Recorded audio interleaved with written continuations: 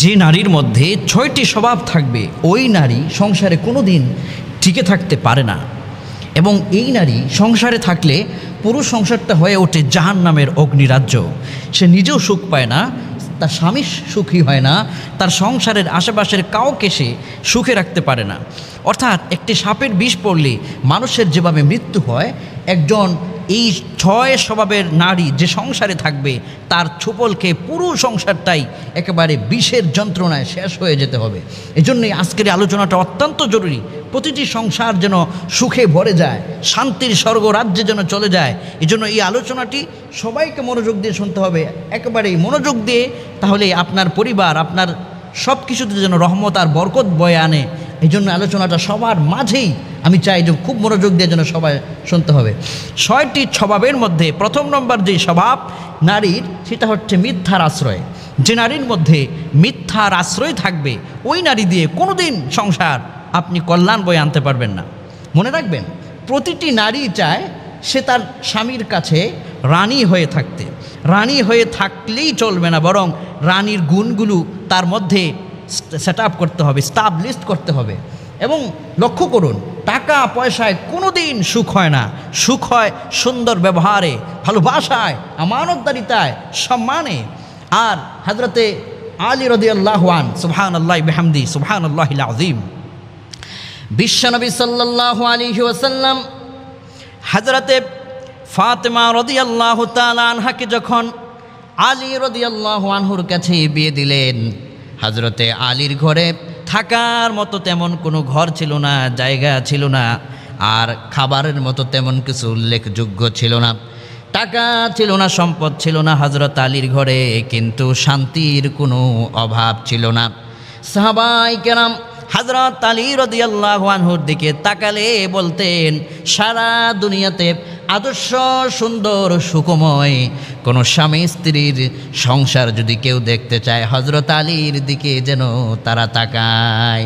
হযরত আলীর টাকা ছিল না, সংসার শান্তির মহারাজ্যে ছিল। কি জন্য? বিশ্বাসে। হযরতে তার মধ্যে ছিল না মিথ্যার আশ্রয়, এবং তার স্ত্রী বিশ্বনবী সাল্লাল্লাহু আলাইহি সাল্লামের কন্যা ফাতেমা রাদিয়াল্লাহু আনহা, ওনার মাঝেও ছিল না কোনো রকমের মিথ্যার আশ্রয়। এই জন্যে বিশ্বনবী বলেছেন, মিথ্যা থেকে তোমরা বেঁচে থাকো। যে নারী মিথ্যা বলে ওই নারী নিজেও সুখী হয় না, সংসারও টিকে থাকে না, সে সংসারে টিকে থাকতে পারে না, তার মধ্যে মুনাফিক ঢুকে যায়। সহিহ বুখারী প্রথম খণ্ড জিলদে আউয়াল প্রথম খণ্ডের বর্ণনা এসেছে, আয়াতুল মুনাফিকি সালাসুন, ইযা হাদ্দাসা কাযাবা ওয়া ইযা ওয়া'দা আখলাফা ওয়া ইযা আতুমিনা খান। নবীজি বললেন, যার মধ্যে 3টি স্বভাব থেকে যাবে তার মধ্যে তোমরা মুনাফিক খুঁজে নিবে, সে মুনাফিক হয়ে যাবে। 1 নম্বরে যে ইযা হাদ্দাসা কাযাবা, কথা বললেই মিথ্যা বলে, মিথ্যার আশ্রয় নেয়। স্বামীর সঙ্গে কথা মিথ্যা বলে, শ্বশুরের সঙ্গে মিথ্যা বলে, স্বামীর ব্যাপারে নিজের বাবার বাড়িতে এমন কথা মিথ্যা বলে লাগায়, বুঝছেন তো, মানে এমন কথা ছড়িয়ে দেয়। তো এই ছড়ানোর কারণে স্বামীর প্রতি শ্বশুরবাড়ির লোকেরা অন্যরকম একটা খারাপ ধারণা নিয়ে নেয়। এইভাবে করে স্বামীর ব্যাপারে, স্বামীর সংসারের ব্যাপারে, নিজের বাবার বাড়িতে নানান ধরনের কথাগুলো লাগিয়ে বলতে বলতে এক সময় দেখা যায় ওই স্বামীর প্রতি শ্বশুরবাড়ির লোকগুলো খেপে যায়। দিন শেষে উভয় সংসারের মধ্যে, উভয় আত্মীয়তার মধ্যে একটা যুদ্ধের মতো পরিবেশ সৃষ্টি হয়ে যায়। কেউ কাউকে দেখতে পারে না, দাওয়াত দিলে আসে না, ফোন করলে বলে যে আসবো পরে, এই সেই, মানে এড়িয়ে চলে না। এই একটা মিথ্যার অভিযোগ দিয়ে, মিথ্যার আশ্রয় নিয়ে একটা জান্নাতি সুখের মতো ফুলের টুকরা সংসার আগুনের টুকরায় রূপান্তরিত হতে পারে। এই জন্য নবীজি বললেন, ইযা হাদ্দাসা কাযাবা, তারা কথা বললেই মিথ্যা বলে মুনাফিক। নবীজি তারপরে বললেন, ওয়া ইযা ওয়া'দা আখলাফা, ওয়াদা করে ভঙ্গ যারা করে, ওয়া ইযা আতুমিনা খান, আমানতের খেয়ানত যারা করে, মুনাফিক হিসেবে তাদেরকে ধরে নেবে। আরেকটা স্বভাবের কথা নবীজি বললেন, ওয়া ইযা খাসামা ফাজারা, ওয়া ইযা আহাদা গাদারা, অর্থাৎ কথায় কথায় যারা ঝগড়া করে, কথা শুরু হইলেই ঝগড়া শুরু হয়ে যায়। নারীদের এই স্বভাবটা আছে, কথা শুরু হইলেই স্বামীর সঙ্গে হোক, যার সঙ্গে হোক, ঝগড়া শুরু করে দেবে। ওর মানে ঝগড়া করতে পারলেই মনে হচ্ছে যেন সে সাকসেস। এটা এই স্বভাবগুলো নারীদের মধ্যে বেশিরভাগ দেওয়া যায়। আলহামদুলিল্লাহ, আবার ভালোর খারাপের মধ্যে ভালো রয়েছে, কিন্তু যাদের মধ্যে এই স্বভাবগুলো থাকবে শেষ হয়ে যাবে সংসার। তাহলে 1 নম্বর হচ্ছে মিথ্যার আশ্রয়। যেই নারী মিথ্যার আশ্রয় নেবে সংসারে, স্বামীর সঙ্গে মিথ্যে বলবে, মিথ্যাবাদী হয়ে যাবে যে নারী, ওই নারী সংসারে টিকে থাকতে পারে না, সুখও আসতে পারে না। 2 নম্বর স্বভাবের নারী হচ্ছে যারা অহংকারী। যে নারী অহংকার দেখায়, এই অহংকারী নারী যে সংসারে থাকবে টিকে থাকতে পারবে না, রহমত বরকত সব উঠে যাবে। কেমন অহংকার দেখা জানেন? সমাজের বাস্তবতা বলছি। আমরা তো বিভিন্ন জায়গায় যেতে হয় ইসলামের দাওয়াতের কাজে, নানান ধরনের অভিযোগ আমাদের কাছে। যুবক ছেলেরা কষ্ট করে আসে, হুজুর অনেক কষ্ট করে বিয়ে করেছি, অনেক আশা করে ভালোবেসে বিয়ে করেছি, কিন্তু কি হলো ফলশ্রুতিতে? অহংকার করে। এমন নারী আছে যে রূপের অহংকার দেখায়, স্বামীকে বলে যে আমি কত সুন্দরী, আর তুমি একটা কাইল্লা মানুষ, আমি দেখা তোমার মতো কাইল্লা মানুষের সঙ্গে সংসার করতেছি, অন্য কোনো মেয়ে হলে তোমার কাছে সংসার করতো না, তোমার দিকে ফিরেও তাকাতো না, এরকম বলে রূপের অহংকার দেখায়। এরকম নারী কিন্তু সমাজের মধ্যে রয়েছে। শুধু তো তাই নয়, স্বামীর কোনো আত্মীয় স্বজন যদি বেড়াতে আসে, তখন কি করে? অহংকারের গরমে, অহংকারটা দেখেন, স্বামীর কোনো মেহমান আসলে স্বামীর আত্মীয় স্বজন সে রান্না করতে চায় না, তাদের সঙ্গে ভালো আচরণ করে না, তার চেহারায় থাকে হিংসা এবং ক্ষোভের একটা ছাপ, স্বামীর সঙ্গে রেগে থাকে, খুব দেখায়। মানে তার ভিতরে কথা হচ্ছে এই আমার বাবার বাড়ি অনেক কিছু রয়েছে, আমি অমুক সম্ভ্রান্ত বড় ধনী ফ্যামিলির মেয়ে, আমি এখানে এসে এই গরিব ফ্যামিলির মানুষদের জন্য রান্নাবান্না করব। তো বিয়ে করার আগে কি এটা ভাবা দরকার ছিল না যে কোন সংসারে আমি যাচ্ছি, টিকে থাকতে পারবো কিনা, এগুলো আমি করতে পারবো কিনা? আদর্শ নারী যে, সে কখনো এই অহংকার দেখায় না, রূপের অহংকার দেখায় না। স্বামীর মতো, স্বামী যদি কালো হয়, সে তোমার কাছে পৃথিবীর সবচাইতে বড় শ্রেষ্ঠ নিয়ামত। স্বামী যদি কালো হয়, সে তোমার কাছে তোমার জন্যে রাজা, তোমার ঘরের রাজা হচ্ছে তোমার স্বামী, আর তোমার ঘরের রানী হচ্ছে তুমি। মিলেমিশে চলো, মিলেমিশে থাকো, এই অহংকার দেখায়ও না। আল্লাহ রাব্বুল আলামিন বলেন, জমিনের মধ্যে অহংকার দেখায়ও না। ওহে নারী, তোমার রূপ আছে, অহংকার দেখায়ও না। তোমার বাবার বাড়ির টাকা আছে বলে তোমার স্বামীর সঙ্গে ওই টাকার বড় লোকিগিরি দেখায়ও না, এরকম তুমি করো না। জমিনের মধ্যে অহংকার করে বিচরণ করিও না। আল্লাহ রাব্বুল আলামিন বলেন, ওয়ালা তামশি ফিল আরদি মারহা ইন্নাল্লাহা লা ইউহিব্বু কুল্লা মুখতালিন ফখুর। জমিনের মধ্যে অহংকার করে বিচরণ করো না। আল্লাহ রাব্বুল আলামিন অহংকারী যারা তাদেরকে ভালোবাসেন না, গর্ব তাকাব্বুরি যারা দেখায় তাদেরকে ভালোবাসেন না। অহংকার দেখাও না। যুবতী নারী, তোমার সৌন্দর্য, তোমার যুবক যুবতী, তোমার সব কিছু আল্লাহ তাআলা দিয়েছেন, আর তোমার স্বামী কালো পড়েছে, তুমি এটাকে নিয়ে বারবার অহংকার দেখো তার সামনে, তোমার মতো কাইল্লার সঙ্গে আমি থাকতেছি, এই সেই না, এগুলো বলতে নেই, এগুলো বলতে নেই। 3 নম্বরে হচ্ছে লোভী নারী। যে সংসারে লোভী একজন নারী থাকে, ওই সংসার টিকে না, রহমত বরকত দূর হয়ে যায়। কেমন লোভ করে? সামাজিকতা বলছি। আপনার ঘরে যদি থেকে থাকে, মিলিয়ে নেবেন এবং ঠিক হতে হবে। ইসলাম এসেছে আমাদেরকে ঠিক করার জন্য। তার true religion, true Allah is Islam. এটি আল্লাহ প্রদত্ত বড় নিয়ামত, এটা আমাদেরকে শিক্ষা দিতে এসেছে ইসলাম। ইসলাম কারো ওপর কোনো কিছু চাপিয়ে দিচ্ছে না, অর্থাৎ ইসলাম মানুষের কল্যাণেই সব কিছু বলছে। তো বাস্তবতা বলছি যে লোভী নারী যে সংসারে থাকে, ওই সংসার টিকে না। লোভী নারী, তার কয়েকটা বাস্তবতা আমি বলছি। তা হচ্ছে যে স্বামীকে কথার কথায় বলে ফেলে যে অমুক ভাবির স্বামী তো তাকে মাসে লাখ লাখ টাকার কসমেটিক্স কিনে দেয়, তুমি আমাকে কয় টাকার কসমেটিক্স দাও। ওই যে অন্যের প্রতি তার একটা লোভ, অমুকে পাচ্ছে, অমুক নারী পাচ্ছে, অমুক নারী তার স্বামী দিচ্ছে, একটা লোভ। এবং স্বামীকে এইভাবে করে অসম্মান করে বলে। আরও বলে কি যে অমুকের স্বামী তো তার নামে ফ্ল্যাট লিখে দিয়েছে, তুমি আমাকে 100 কিছু দিয়েছো। গ্রামের মধ্যে বলে একেবারে যেটা যার নিচে কোনো রকমের তুলনা করে না, করে 100 টাকা, 100 টাকা, 200 টাকা। ওই যে অনেক আগে এগুলো দোকানপাটে বিক্রি হতে বলতে 100 টাকা তৈল দেন, এরকম যে তুমি আমাকে কিছু দিছো, 1 ফোঁটা কিছু দিয়েছো, অমুকে ফ্ল্যাট লিখে দিয়েছে, আর তুমি স্বামী আমাকে কিছু দিয়েছো। এভাবে করে অহংকার করে। আরও বেশি আশ্চর্যান্বিত হয়ে আমি আল্লাহ আস্তাগফিরুল্লাহ আজিম, কেমন ধরনের লুবি হলে নারীরা এরকম করতে পারে? আস্তাগফিরুল্লাহ। যে যদি আত্মীয় স্বজনের মধ্যে কোনো ধনী আত্মীয় স্বজন থাকে, ধনী, ইউরোপ আমেরিকাতে লন্ডন বিভিন্ন জায়গায় সে স্টাবলিশড হয়েছে, গ্রামে এসেছে, এবং ওই ধনী আত্মীয়কে, তার কাছে টাকা থাকার কারণে ধনী আত্মীয়কে সে যেভাবে সম্মান করে নিজ স্বামীকেও এই সম্মানটা দেয় না। নাউযুবিল্লাহি মিন যালিক। আপনার কত বড় এটা, নিজের স্বামীকেও এই সম্মানটা দেয় না। অথচ ধনী একজন মানে পরপুরুষ, কেউ ধনী, ওকে যে সম্মান দেখায়, ওর পিছনে যে সুন্দর করে কথা বলে, এই সমস্ত নারী সংসারে থাকলে পুরো সংসারটা ধ্বংস হয়ে যাবে। লুবি নারী, খালি স্বামীর আমাকে ওটা লিখে দিচ্ছে না কেন, আমাকে ওটা দিচ্ছে না কেন, ওটা নাচ্ছে না কেন, অমুকের ওটা হয়েছে, এইভাবে করে সংসারের মধ্যে একটা আগুন জ্বালাতে থাকে। স্বামী নানান ধরনের টেনশন স্বামীর মধ্যে ঢুকায় রাখে। এই ধরনের নারী, এই লুবি নারী সংসারে যতদিন থাকবে টিকবে না, রহমত বরকত আসবে না। 4 নম্বরে অকৃতজ্ঞ, স্বামীর প্রতি অকৃতজ্ঞ নারী। স্বামীর প্রতি অকৃতজ্ঞ নারী যেই সংসারে থাকবে, ওই সংসারটা গজবে রূপান্তরিত হয়ে যায়। আহা, আমার একটা হাদিস মনে পড়লো, সহিহ বুখারী মুসলিমের মধ্যে এই হাদিসটি রয়েছে। বিশ্বনবী সাল্লাল্লাহু আলাইহি ওয়াসাল্লাম বললেন, ওয়ামা সাবিরা, আমি জান্নাতে প্রবেশ করেছি।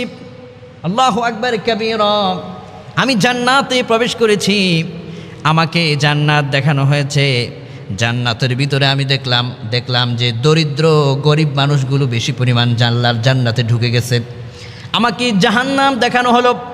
আমি জাহান্নাম যখন দেখলাম জাহান্নামের ভিতরে অধিকাংশ নারী জাহান্নামের আগুনের ভিতরে জ্বলতেছে। অধিকাংশ নারী জাহান্নামে জ্বলার কারণটা কি ইয়া রাসূলুল্লাহ? সাহাবায়ে কেরাম যখন নবীজিকে জিজ্ঞেস করলেন, আদবের সাথে জানতে চাইলেন, প্রাণের নবীজি, কেন অধিকাংশ নারীরা জাহান্নামের ভিতরে জ্বলেছে, যদি আমাদেরকে জানাতেন। আল্লাহর হাবিব বললেন, কুফর করার কারণে। সাহাবায়ে কেরাম বললেন, ইয়া রাসূলুল্লাহ, আল্লাহর সঙ্গে তারা কুফরি করেছে নাকি? নবীজি বললেন, না, তারা আল্লাহর সঙ্গে কুফরি করে নাই, তারা তাদের স্বামীর নাফরমানি করত, অকৃতজ্ঞ হতো। কত বড় কথা! একটু মনোযোগ দিয়ে যদি আমার মায়েদের কাছে কথাগুলো একটু শোনায় দিবেন, এখানে যারা এসছেন একটু মনোযোগ দেন। কত বড় কথা যে আল্লাহর সঙ্গে সে কুফরি করতো না। সে নামাজও পড়ত, নারী নামাজও পড়ত, রোজাও রাখত। এই নারী আবার কোরআনে কারীম তেলাওয়াতও করত, কিন্তু নারীর মধ্যে এমন ধরনের একটা বদ স্বভাব রয়েছে যে সে স্বামীকে সম্মান দিত না, স্বামীর প্রতি কৃতজ্ঞ বোধ হতো না, স্বামীর নাফরমানি করত, স্বামীর সঙ্গে কুফরি করত। মানে কুফর মানে হচ্ছে ঢেকে রাখা, অস্বীকার করা। কুফরের অনেকগুলো অর্থের ভিতরে এগুলো একটা, যে স্বামীর নাফরমানি করত। নবীজি বললেন, স্বামীর নাফরমানি যারা করে ওই সমস্ত নারী জাহান্নামের ভিতরে জ্বলবে। কেমন নাফরমানি করে? বাস্তবতা আপনাকে একটু দেখাই। ঈদ সিজনে 500 টাকা দিয়া খুব মোহাব্বত করে, হৃদয়ের মধ্যে ভালোবাসা নিয়ে নিজের স্ত্রীর জন্য একটা শাড়ি নিয়ে গেছে বা ভালো একটা পোশাক নিয়ে গেছে, কিন্তু যখন স্ত্রীর সামনে রাখলো, সে দেখে বললো, এটা কত? 500 টাকা। এটা স্বামীর সামনেই ছিটকে ফেলে দেয়। 500 টাকার শাড়ি আমাকে দিছো? তোমার সংসারে আইসা আমি কিছুই পেলাম না, অমুকে এত কিছু দেয়, এত কিছু তুমি আমাকে দিলে। এই স্বামীর প্রতি কৃতজ্ঞতা বোধ হয় না। অথচ এই স্বামীটা এই 500 টাকা কামাই করতে, যে তার মাথার ঘাম কোথায় যায়, যে টাকা কামাই করে সে বুঝে, যে সংসারের দায়িত্ব পালন করে, সে তার কাছে শুধু সংসারের দায়িত্ব নয়, পুরো আসমানটা যেন তার মাথায় থাকে। কিভাবে আমি আমার স্ত্রীর ভরণ পোষণ করব, ছেলেটার লেখাপড়ার খরচ যোগাবো, আমার স্ত্রী অসুস্থ হলে তার চিকিৎসার ব্যবস্থা কি করে করব। যে স্বামী যে সংসার চালায়, সে বুঝে তার কত কষ্ট। এই যে বিভিন্ন জায়গায় বিদেশে আমরা সফর করি, দেখি রাস্তাঘাটে মানুষ, ক্লিনার যারা, সুইপার যারা, কি কষ্টটাই না করে, এত কষ্ট করে। এই যে আমাদের দেশে বিভিন্ন জায়গায় মানুষ শ্রম দেয়, বিভিন্ন কল কারখানায় যে শ্রমিকেরা, রিক্সা যারা চালাচ্ছেন, ড্রাইভিং করছেন, বিভিন্ন রকমের কষ্ট যারা করছেন, এই অফিসে আদালতে, এই সকালে ঘুম থেকে ঝুঁকে ফজরের নামাজ পড়া, তারপরে আবার জেগে অফিস করা, খেয়ে না খেয়ে রোদ বৃষ্টিতে ভিজে রৌদ্রের ভিতরে পড়ে কষ্ট করে 2টা টাকা ইনকাম করে স্ত্রীর জন্য কিছু নিয়ে আসে, আর তখন স্ত্রী বলে তোমার সংসারে আছে আমি কিছুই পাই নাই, বলুন ওই স্বামীর হৃদয়টা তখন কেমন লাগবে? এই জন্যে আল্লাহর হাবিব বললেন, ওয়ামাস সাবিরা, তোমরা তোমাদের স্ত্রীদেরকে জানায় দাও, তোমরা তোমাদের বোনদেরকে জানায় দাও যেন কখনো স্বামীর অকৃতজ্ঞ না হয়, কখনো যেন নাফরমানি না করে। স্বামী 500 টাকার জিনিসটা দিয়েছে, এটাকে হাতে নিয়ে চুমা খাও, কলিজায় লাগাও, বুকে লাগাও, আর বলো স্বামী আপনি আমাকে যা দিয়েছেন এর মূল্য 500 টাকা হতে পারে, কিন্তু এই জিনিসটার মূল্য আমার কাছে কোটি টাকার চেয়েও বেশি। আপনি আমার জন্য এনেছেন, এর চাইতে আনন্দের বিষয় আর কি হতে পারে? স্বামীর হৃদয় ঠান্ডা হয়ে যাবে, শান্তিতে ভরপুর হয়ে যাবে। এই স্বামী তার জীবন দিয়া হলেও স্ত্রীকে কলিজা দিয়ে ভালোবাসবে, আর স্ত্রী চাওয়ার আগে এই স্বামী তার স্ত্রীর সামনে সব দিতে বাধ্য থাকবে। এই জন্যে এই অর্থাৎ লোভী অকৃতজ্ঞ হওয়া যাবে না, অকৃতজ্ঞতা হওয়া, অকৃতজ্ঞ স্বামীর প্রতি অকৃতজ্ঞ এটি হওয়া যাবে না। স্বামীর প্রতি অকৃতজ্ঞ হলে দুনিয়া আখেরাত সব শেষ হয়ে যাবে। এজন্য স্বামীকে সন্তুষ্ট রাখতে হবে। 5 নম্বর, সন্দেহকারী নারী। যে নারী সন্দেহ নিয়ে সংসারে থাকে, ওই নারী দ্বারা সংসারের কোনো দিন উন্নতি আসে না। কেমন? বাস্তবতা বলছি।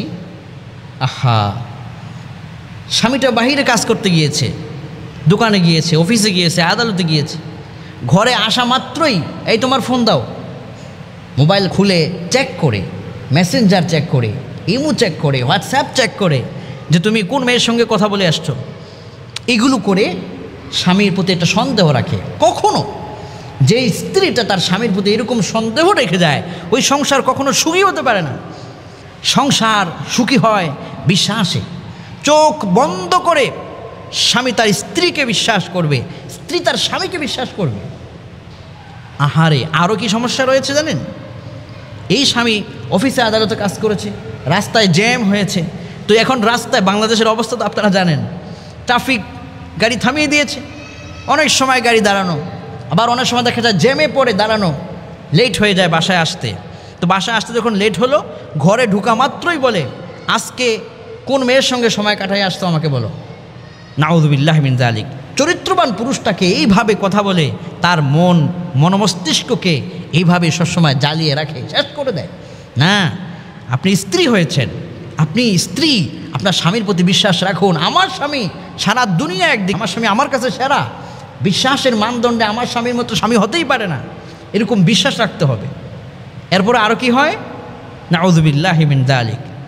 স্বামী অফিসে আদালতে বিভিন্ন জায়গায় কষ্ট করে, একটা মানুষ যখন বাইরে থেকে কষ্ট করে তার মনের মধ্যে একটা আশা থাকে যে আমি আমার ঘরে গিয়ে একটু সুখে একটু বসবো, রেস্ট করব, আরাম করব, সন্তানদেরকে আদর করব, স্ত্রী সবাই সাথে একসাথে একটু আল্লাহর নিয়ামত খাবো। কিন্তু ঘরে ঢুকা মাত্রই যখন এই ধরনের তোমার মোবাইল ফোন চেক করি, তুমি কোথায় সময় কাটিয়ে আসছো, এই ধরনের যে অবিশ্বাস, এই যে সন্দেহ, এই সন্দেহগুলো করার কারণে পুরুষের বাহিরে যেই কষ্টটা পেয়েছে, ঘরে আসার পরে ওই সুখ পাবে তো দূরের কথা, কষ্ট আরও তার দ্বিগুণ বেড়ে যায়। সুতরাং সন্দেহ নয়, স্বামীকে ভালোবাসতে হবে, স্বামী ও স্ত্রীকে সন্দেহ নয় ভালোবাসতে হবে, এরই মাঝে টিকে হবে, এরই মাঝে টিকে যাবে, এরই মাঝে ফুটে উঠবে সুন্দর রহমতময় সংসার। 6 নম্বরে, ওই নারী যে নারী বেনামাজি। অধিকাংশ ফ্যামিলিতে স্ত্রী বেনামাজি, বেনামাজি স্ত্রী, বেনামাজি নারী যে সংসারে থাকবে, ওই সংসারের অভাব কখনো যাবে না। এই জন্যে সমাজে কি হচ্ছে জানেন? বাস্তবতা বলছি, নামাজ পড়ার টাইম নাই, কিন্তু সাজসজ্জা করা, শপিং মলে যাওয়ার টাইমের অভাব নাই, স্বামীর খেদমত করার টাইম তার কাছে একটুও নাই, কিন্তু মেসেঞ্জারে, হোয়াটসঅ্যাপে, ইমোতে পর পুরুষের সঙ্গে মেসেজ চালিয়ে যাওয়া, এটার আবার টাইমের অভাব নাই, সময়ের অভাব নাই। এই ধরনের নারী কিন্তু সমাজে রয়েছে। এই নারী যে সংসারগুলোতে থাকবে, আল্লাহর গজব নেমে আসবে। অথচ এই নারী চাইলেই কিন্তু তার জন্য আল্লাহর জান্নাতটা নিয়ে আসতে পারে, বরাদ্দ হতে পারে। মুসনাদে আহমদের বর্ণনায় বিশ্বনবী বললেন, নারীদেরকে জানিয়ে দাও 4টা গুণ, 4টা আমল যদি তার মধ্যে থেকে থাকে, তাহলে আল্লাহর জান্নাতের দরজা তার জন্য খুলে যাবে। নবীজি বললেন, এক নম্বরে সময় হলে সে সালাত আদায় করবে, 2 নম্বরে রোজা রাখবে, ফরজ রোজাগুলো রাখবে, 3 নম্বরে তার লজ্জাস্থানের হেফাজত করবে। পরপুরুষ যতই সুন্দর হোক, আমার স্বামীর চাইতে সুন্দর পুরুষ পৃথিবীতে কেউ নাই। কোনো পুরুষের দিকে এমন নজরে তাকানো যাবে না, এমন চিন্তা করা যাবে না যার তার চরিত্র নষ্ট হয়ে যায়। লজ্জাস্থানের হেফাজত যে নারী করে, নবীজি বললেন 4 নম্বরে যে নারী স্বামীর আনুগত্য করে, আল্লাহর হাবিব বললেন তাদখুলুল জান্নাতা বিসালাম, ওই নারী নিরাপদে আল্লাহর জান্নাতুল ফিরদাউসের ভিতরে ঢুকে যেতে পারবে। নিরাপদে আল্লাহর জান্নাতে ঢুকে যাবে ওই নারী যার মধ্যে নামাজের গুণ থাকে, রোজার গুণ থাকে, যার মধ্যে লজ্জাস্থানের হেফাজতের গুণ থাকে, পর্দা করে চলে, আল্লাহকে ভয় করে, পরপুরুষের সঙ্গে মেসেজ জব করে না, স্বামীর আনুগত্য করে। ওই নারীটা মরার সাথে সাথে জান্নাতে ঢুকে যাবে। সুবহানাল্লাহি বিহামদি, সুবহানাল্লাহিল আযীম। নাসাইর বর্ণনায় ওই নারীর দিকে আল্লাহ রহমতের দৃষ্টি দেন না। খুব মনোযোগ দিয়ে শুনতে হবে। ওই নারীর প্রতি আল্লাহ পাক রহমতের দৃষ্টি দিয়ে তাকাবেন না, তাকান না যে নারী তার স্বামীকে অপমান অপদস্থ করে বেড়ায়। সুনান নাসাইর বর্ণনা, সুনান নাসাইর বর্ণনায় নবী আলাইহিস সালাম বলেন যে নারী তার স্বামীকে সম্মান দেখায় না, অপমান করতেই থাকে, ওই স্বামীর, ওই স্ত্রীর দিকে আল্লাহ রাব্বুল আলামিন এতটাই রাগ হন যে রহমতের নজর দিয়ে তাকান না তার দিকে। আল্লাহ রহমত তার থেকে উঠে যায় যে নারী স্বামীকে অপমান করে। সাহাবাই কেরাম বললেন কোন নারী উত্তম ইয়া রাসূলুল্লাহ, ইয়া হাবিবাল্লাহ। আল্লাহর হাবিব বললেন যে সমস্ত নারীর মধ্যে 3টি গুণ তোমরা পেয়ে যাবে, ওই নারীর চাইতে উত্তম নারী পৃথিবীতে আর কেউ হতে পারে না। নবীজি বললেন 1 নম্বর, যে স্ত্রী সর্বত্র তার স্বামীকে সন্তুষ্ট করে, স্বামী তার দিকে তাকালে মুচকি হেসে, স্বামীর কপালে ঘাম হয়ে গেলে সেটা তার নিজের কাপড় দিয়ে মুছে দেয়, স্বামীকে সন্তুষ্ট করে। 2 নম্বর গুণ হলো স্বামীর আনুগত্য করে চলে, স্বামীর কথা মেনে চলে, স্বামীর কথার উপরে তার একটা বিন্দু পরিমাণ কথা চালায় না, স্বামীর কথার অবাধ্য কখনো সে হয় না, ওই নারী উত্তম। নবীজি বললেন 3 নম্বর গুণ হলো যে নারী তার স্বামী যেটা পছন্দ করে সে সেটাকেই পছন্দের পাত্র বানায় নেয়, স্বামী যেটাকে অপছন্দ করে সেও সেটাকে অপছন্দ করে। এরকম গুণ যে নারীর মধ্যে থেকে যাবে, আল্লাহর হাবিব বললেন ওই নারীর মতো উত্তম নারী পৃথিবীতে কেউ হতে পারে না। ওই নারীর ঘরে যেই সন্তান আসবে, জামানার যুগের ইমাম আবু হানিফা হবে, যুগের ইমাম বুখারী হবে, যুগের শহীদ আল্লামা সাঈদী রহমাতুল্লাহ হবে, ওই মায়ের সন্তান থেকে যুগের শ্রেষ্ঠ মুফাসসির মিজান আজহারির মতো হতে পারে। এভাবে করে নারীদের মধ্যে ভালো ভালো গুণগুলো যাদের মধ্যে পাওয়া যাবে তারাই তাদের আগামীর পথ চলা তাদের সুন্দর হবে। আর যেই 6টি বদ অভ্যাসের কথা আজকে আমরা আলোচনা করলাম, এই বদ অভ্যাসগুলো যে নারীর ভিতরে থেকে যাবে তাহলে সংসারে কোনো দিন সে টিকে থাকতে পারে না, শান্তি পেতে পারে না। এজন্য অনুরোধ করে বলি, আপনার বোনের মধ্যে যদি এই ধরনের বদ অভ্যাস থেকে থাকে, স্বভাব থেকে থাকে, আপনি ভাই হিসেবে আপনার বোনকে সংশোধন করুন। আপনার স্ত্রীর মধ্যে যদি থেকে থাকে, আপনি বিনয়ের সাথে সুন্দরভাবে তার কাছে কোরআনের কথাগুলো পৌঁছে দিন। ও পিতা, আপনার মেয়ের মধ্যে যদি এই রকমের স্বভাব থেকে থাকে, আপনি পিতা হিসাবে আপনার মেয়েকে সংশোধন করুন। তাহলে যদি আপনার মেয়ে সংশোধন হয়ে যায়, আপনার মেয়ের সংসারটা শান্তির রাজ্যে পরিণত হয়ে যাবে। সুতরাং এই যে বদগুণগুলো, বদ অভ্যাসগুলোর কথা আমরা বললাম, এই 6টি যে স্বভাবের কথা বললাম, এই 6টি বদ স্বভাব যেন কোনো নারীর মধ্যে না থাকে। এই নারী তো জান্নাতের যাওয়ার জন্য নিয়ামতের নারী। এই নারীর পায়ের তলায় আল্লাহ পাক জান্নাত রেখেছেন। সুবহানাল্লাহ। আমার মা, আপনার পায়ের তলায় আপনার সন্তানের জন্য জান্নাত, আর আপনার মধ্যে এই বদ অভ্যাসগুলো আপনি কিভাবে রাখেন? আপনার তো অনেক ইজ্জত। আপনার মতো মেয়ে হযরত ফাতেমা রাদিয়াল্লাহু আনহা স্বামীর সংসারে কত সুন্দর ভূমিকা রেখেছেন, জান্নাতের সর্দারিনী, সৌভাগ্য লাভে ধন্য হয়ে গিয়েছেন। আপনার মতো মেয়ে, আপনার ধন্য, আপনি ধন্য। যে আপনাকে নারী জাতির মধ্যে আল্লাহ অন্তর্ভুক্ত করেছেন। নবীজি বলেছেন যার 5টা কন্যা সন্তান তার জন্য 5টাই জান্নাত। সাহাবায়ে কেরাম বললেন হুজুর কেন?